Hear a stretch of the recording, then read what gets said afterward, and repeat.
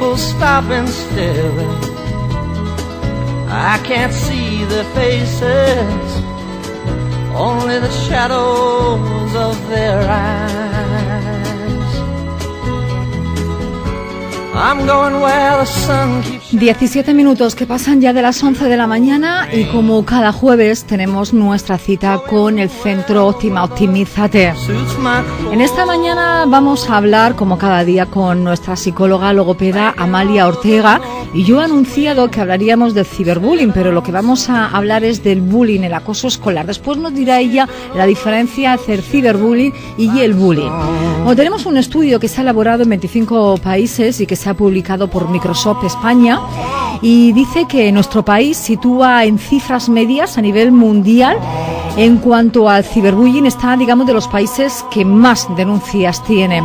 El análisis se ha realizado entre 7.600 chicos de entre 8 y 17 años y muestra que están muy sensibilizados en torno a este problema. El estudio revela que el 63% de los niños españoles afirma saber mucho o algo sobre el acoso, y hasta hay un 81% que está preocupado, y el 19% de los encuestados admite acosar a alguien.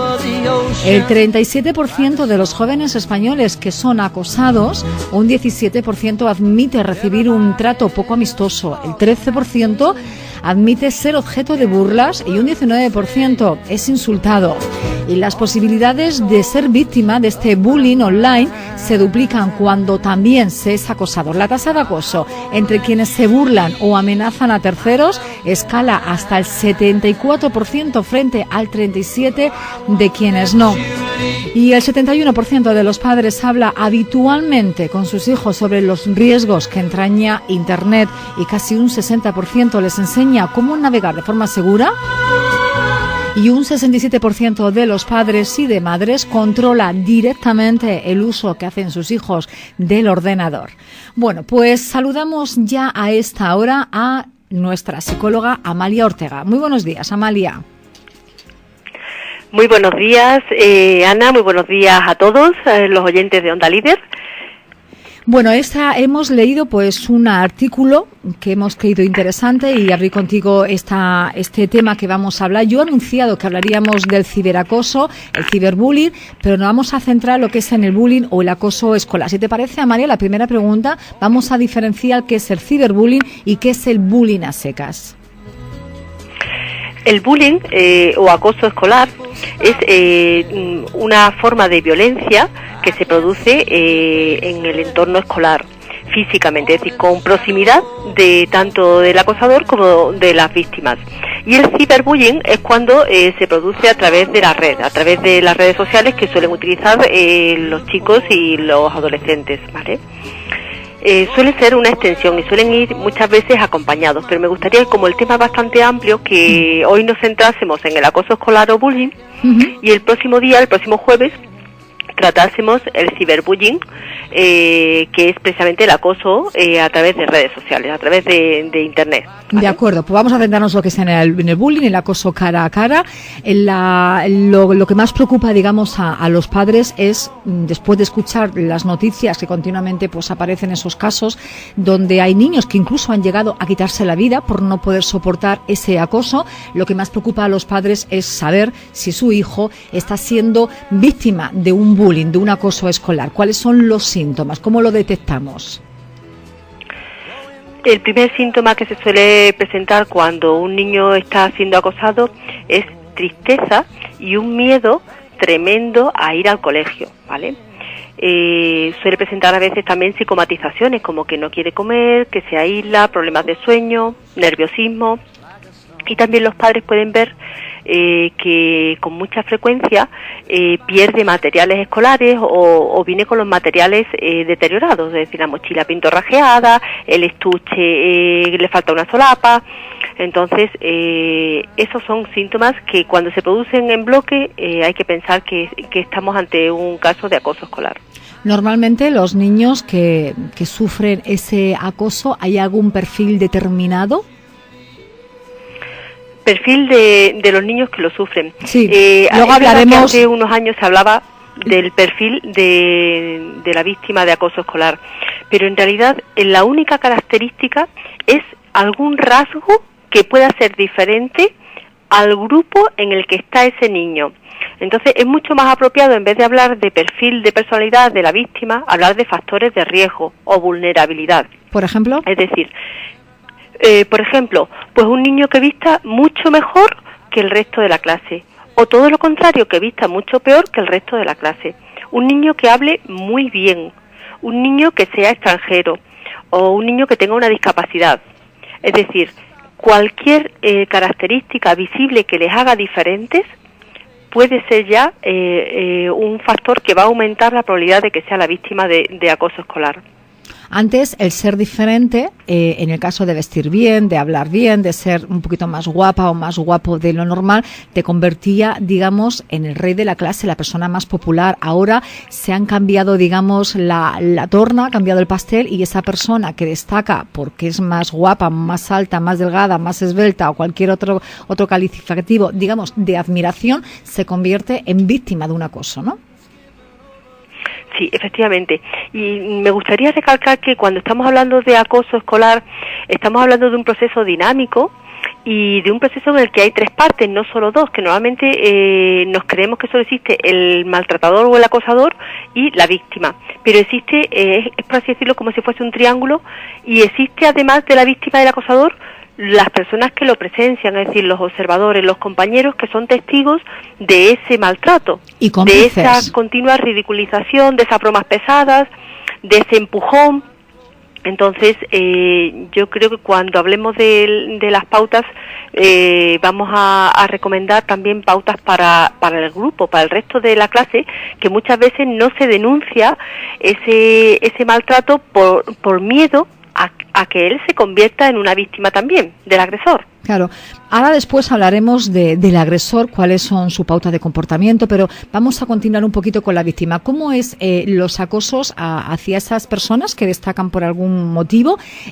¿Cuáles son, digamos, los acosos más frecuentes, los que más daños están haciendo? Muchas veces esos acosos empiezan pues por una broma pesada, ¿no?, que les ríen la gracia a un grupito de clase. Entonces lo que están haciendo con esa risa es reforzando al agresor, y eso diríamos que le autoriza y empieza a descalificar a la víctima, descalificándola de forma que cada vez ella se siente más débil y la va aislando del grupo. Entonces también realiza, por así decirlo, una alianza el agresor con el resto, una alianza basada en el poder y en el miedo, para que no se reúnan, para que no compartan actividades y no compartan tiempo con la víctima.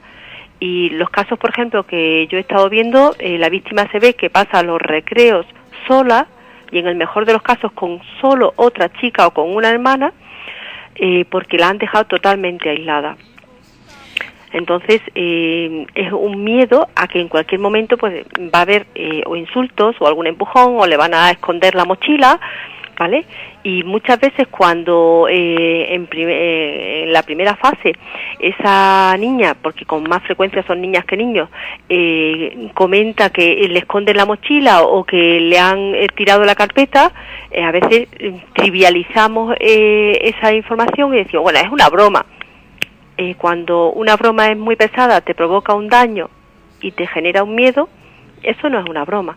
Claro, empieza con una broma, pero si esa broma no se para, que ahora te vamos a preguntar pues cómo actuar ante ese acoso, y si esa broma no se para, pues se puede convertir pues cada día en una broma que se va subiendo de tono, va haciendo los insultos más frecuentes, va siendo cada vez más gente la que le aísle, e incluso en los peores de los casos puede llegar, digamos, a lo que es la agresión física. Si sabemos que nuestro hijo está sufriendo ese acoso, nosotros como padres, ¿qué pasos tenemos que seguir? Primero, comunicarlo al centro, comunicarlo a la policía, sacar al niño del colegio. ¿Qué debemos hacer? Sí, el primer paso con los niños es recomendarles siempre que lo cuenten. Eso con respecto a los niños, con las víctimas. Que se lo cuenten a los padres, que se lo cuenten a los profesores, que se lo cuenten al director, que se lo cuenten a todos los adultos posibles, y si les quedan amigas, a algunas a sus amigas. ¿Por qué? Porque a veces ellas no lo cuentan pensando que es una vergüenza, que algo habrán hecho, algún error han cometido para que toda la clase esté en contra de ella. Vamos a ver que la vergüenza no es de la víctima, la vergüenza siempre tiene que ser del acosador, ¿vale? Y ahora vamos con lo que me comentabas, es decir, ¿qué les podemos decir a los padres que sospechan que tienen un hijo o una hija que sufre acoso escolar? El primer paso es estar abiertos al diálogo, escucharle y ocuparse, interesarse precisamente por esos miedos y esas preocupaciones que tiene su hija por ir al colegio, ¿vale? Porque si el padre o la madre lo trivializa y dice, anda, problemillas o discusiones se tienen todos los días. Si lo trivializamos, esa niña o ese niño no se ve respaldada por su padre. Entonces, muy importante, el primer paso con los padres es precisamente que les atiendan. Luego, ponerse en contacto, por supuesto, con el centro escolar. Es decir, con el tutor en primer lugar y luego ya con el director, para que ellos también sean conscientes de qué está sucediendo, y porque en el centro escolar quien tiene muchas posibilidades de observar esa situación son los profesores.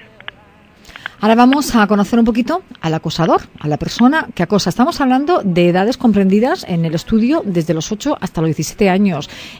Son edades en plena adolescencia, en la que todavía el niño pues no tiene una personalidad, digamos, todavía muy definida en muchos de los casos. Hemos conocido cuál es el perfil de la persona que es acosada. Ahora vamos a conocer un poquito más al acosador.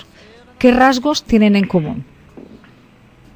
Bueno, en común que son niños, ¿vale? Los casos de acoso se están dando ya más en primaria que en secundaria, curiosamente. En más pequeños. Lo que sucede es que en secundaria se dan con una mayor intensidad y una mayor violencia. Entonces, características del niño que agrede. Bueno, pues es un niño autoritario, es un niño que seguramente ha presenciado muchas discusiones y violencia también en su casa frecuentemente, que no sabe perder y que necesita imponerse a través del poder, de la fuerza y de la amenaza. Suele interrumpir a los compañeros y se mete en todas las discusiones. Se siente en el derecho de coger el material de los compañeros, por supuesto sin su consentimiento, y exteriorizan constantemente una autoridad exagerada sobre los compañeros.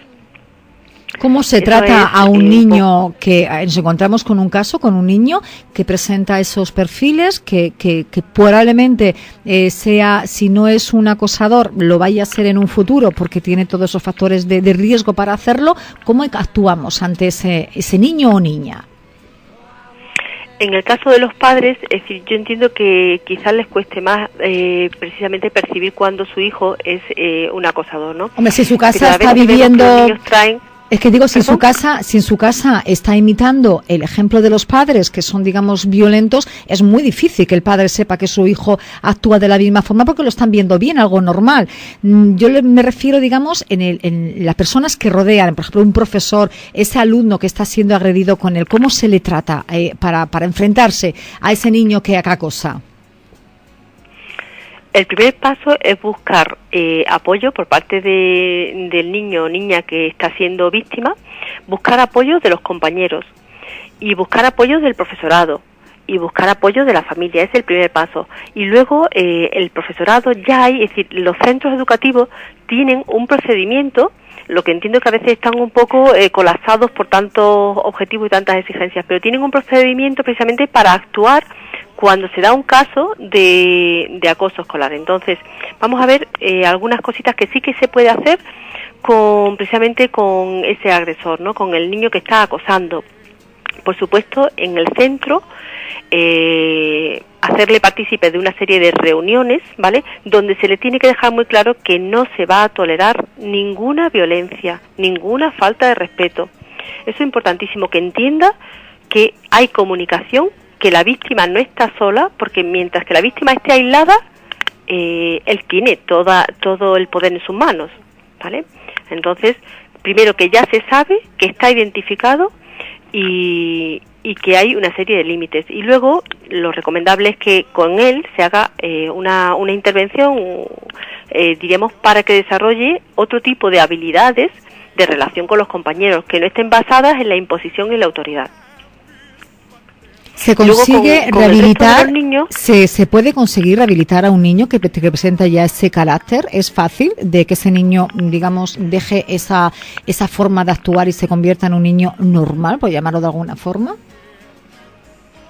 sí, no es que sea fácil, pero sí es cierto que el cerebro es muy plástico y ese niño también tendrá ese comportamiento seguramente porque no es feliz, porque viene con una serie de problemáticas, ¿no? Bueno, hay un abordaje individual con él y sí es posible, por supuesto, ¿vale? Entonces yo creo que ese es un paso que se debe dar con el niño acosador, porque si no intervenimos con él, potencialmente a la larga ese niño presentaría otro tipo de problemas, que luego sería un adolescente con otro tipo de transgresiones de la norma y de la ley, ¿vale? ¿Se le puede pedir a la... Podríamos hablar... ¿Sí? Perdona, Amalia, es que tenemos esos 2 segundos siempre y perdona sí, que te piso. Sí. Decíamos, ¿se le puede pedir explicación y responsabilidad a los padres de ese menor que esté acosando en el colegio a sus compañeros? Yo creo que responsabilidad moral siempre se tiene, ¿eh? Yo ya no sé legalmente, pero moralmente, por supuesto. Y por supuesto, citar también a los padres del niño agresor para que sean conscientes, para que tengan esa información y para que inicien una actuación coherente con su hijo a nivel de educación. Y que haya una estrecha relación entre el centro, el profesorado, y los padres del niño agresor y los padres del niño o niña víctima, ¿vale? Desde que empezó el colegio, ¿verdad? Siempre se han escuchado pues casos de acoso, de burlas entre los compañeros, siempre pues si eres más alta porque eres más alta, si eres más gordita, siempre ha habido, digamos, unas burlas, pero que han quedado, digamos, pues sin más, ¿no? Sin daños. El problema es de que cada año esas burlas van aumentando y se están convirtiendo, digamos, en burlas muy pesadas, burlas que están ocasionando muchos daños psíquicos y físicos a los alumnos, a esos niños que van a estudiar, y van en aumento cada año. Algo estamos haciendo mal. ¿Cuáles son los factores que hacen que aumente el día a día ese acoso en el colegio? A mí la verdad es que me preocupa porque en cierta medida estamos creando una generación más intolerante. Y yo me pregunto, ¿dónde está el problema? ¿En la educación? ¿En la permisividad que tenemos a veces con los niños, con los adultos, con los adolescentes? Y es que ante cualquier problema muchas veces lo que se escucha es que solo son niños y se estaban divirtiendo, pero sin maldad.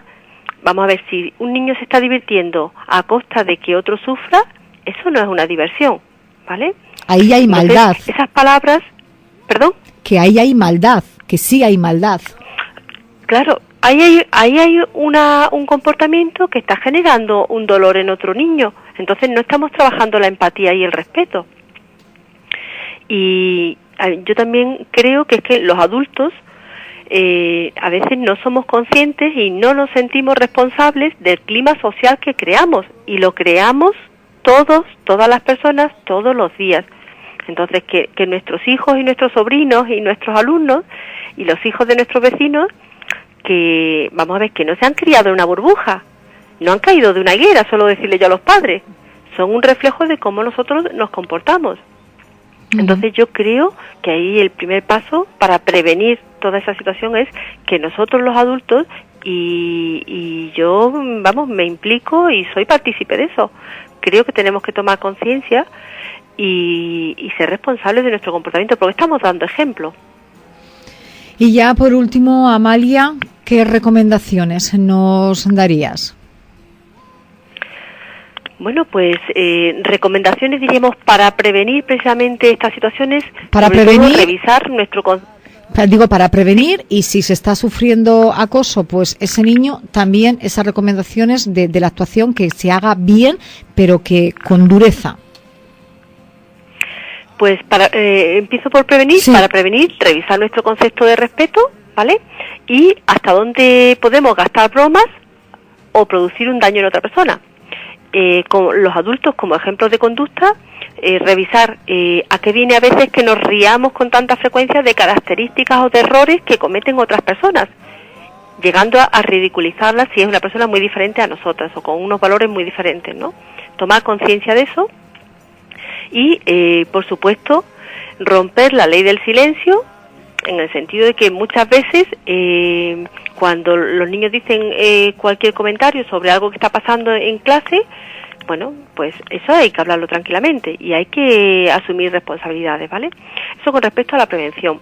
En el día a día, ¿vale? Es decir, establecer el respeto como una norma básica de convivencia me parece importantísimo, porque en el momento en que ese respeto no está instaurado como norma básica de convivencia es cuando tiene ella un escenario cualquier chico o chica que necesite imponerse y necesite destacar basándose en el poder y en la violencia, ¿vale? Uh-huh. Entonces ahora vamos a ver qué les recomendamos, ¿vale? A los chicos y a las chicas que son víctimas de agresiones. No poner en evidencia ante sus compañeros, ¿vale?, las partes implicadas. Estas actuaciones sobre todo van a recaer sobre los profesores, porque están allí en el centro, ¿vale? Es importante protegerla y hacerla sentir segura, darle confianza y que vea que tenemos interés y que estamos haciendo un esfuerzo por acabar con esa situación de acoso y con su sufrimiento, ¿vale? Y sobre todo organizar grupos solidarios con la víctima para que le acompañen, sobre todo en los momentos de mayor riesgo. A veces los momentos de mayor riesgo es el recreo o es el momento en el que van a las taquillas o que van al baño. Pues en esos momentos que la víctima siempre vaya acompañada de un grupo solidario, ¿vale? Y también fomentar el desarrollo de habilidades sociales, es decir, que la víctima entre a participar pues en talleres o de inteligencia emocional o de habilidades sociales para mejorar su repertorio para poder defender sus propios derechos por sí misma, ¿vale? Muchos padres también utilizan la opción de que una vez que su hijo pues ha sufrido este acoso, de que el centro pues a lo mejor ha tomado medidas, pero el niño acosador pues no ha reaccionado de la forma que tiene que hacer, optan por cambiar a su hijo de colegio. ¿Es una acción acertada? Bueno, a veces sí y a veces no, depende de las situaciones, porque a veces se puede interpretar como que es una huida. Y esa situación se puede dar también en otro centro. Pero es verdad que cuando ya es una situación instaurada de varios años, es más difícil cambiar el comportamiento del agresor y sobre todo del grupo que está, diríamos, reforzando al agresor. Porque se han acostumbrado a comportarse de una determinada forma y han asumido unos roles. Por supuesto que el cambio es posible, lo que supone que el cambio va a necesitar también un poquito de tiempo. Y el sufrimiento a veces de la víctima es tal que, bueno, que yo comprendo que los padres, en legítimo derecho por defender a su hijo o a su hija, lo trasladen de centro. Todavía nos quedan muchas cosas. Nueva etapa. Claro, es un tema muy extenso, son muchas las preguntas que nos han quedado. La semana que viene continuaremos hablando del bullying y sobre todo hablaremos de esas personas, ¿verdad?, que son testigos de esas agresiones, que no se posicionan ni con el agresor ni con el agredido, pero están ahí haciéndose partícipe y en silencio. Hablaremos de esos niños, pues también que definas ese carácter, el estar callado, que es síntoma de miedo, de respeto hacia esa persona, como has hablado antes, de que por miedo a que yo vaya a ser también víctima le voy a reír las gracias, o persona que no es valiente para decir hasta aquí hemos llegado, páralo y dar la cara, ¿no? Hablaremos la semana que viene y también hablaremos del acoso escolar, ¿verdad, Amalia? ¿Ese programa que tienes preparado para la semana que viene? Eso es. La próxima semana vamos a ver de qué forma los padres, los profesores y el resto de los adultos también podemos prevenir esas situaciones de acoso a través de la red, a través del 20, del móvil, de los correos electrónicos, ¿vale? A ver qué podemos hacer entre todos. Es más difícil pararlo, ¿verdad?, que un bullying. Claro. Porque es que tiene un potencial la difusión a través de redes, que bueno, y digamos que como ha empezado, normalmente empieza físicamente, pues entonces todas las esferas del niño están afectadas y se ve totalmente aislado. La semana que viene hablaremos más sobre este tema que cada vez preocupa más a todos los padres que tienen hijos en edad escolar. Amalia, Centro Óptima, ¿dónde está? Pues Centro Óptima está situado en calle Santa Margarita, el número 11, en el primero Ñ. y las citas se reservan telefónicamente con el teléfono 952 54 20 55 y tienen muchísima información interesante en nuestra web, que es www.centrooptima.com, y un perfil de Facebook en el que también colgamos información, que es Amalia Ortega García Facebook. Amalia, muchísimas gracias por responder a todas las preguntas, sobre todo por esos consejos, esas recomendaciones, los pasos que tenemos que seguir. Que tengas una feliz semana y el próximo jueves, a partir de las 11, estaremos de nuevo con Centro Óptima. Optimízate cada mañana aquí en Onda Libre cada jueves. Pues un placer compartir este espacio y que tengan un feliz jueves todos. Gracias.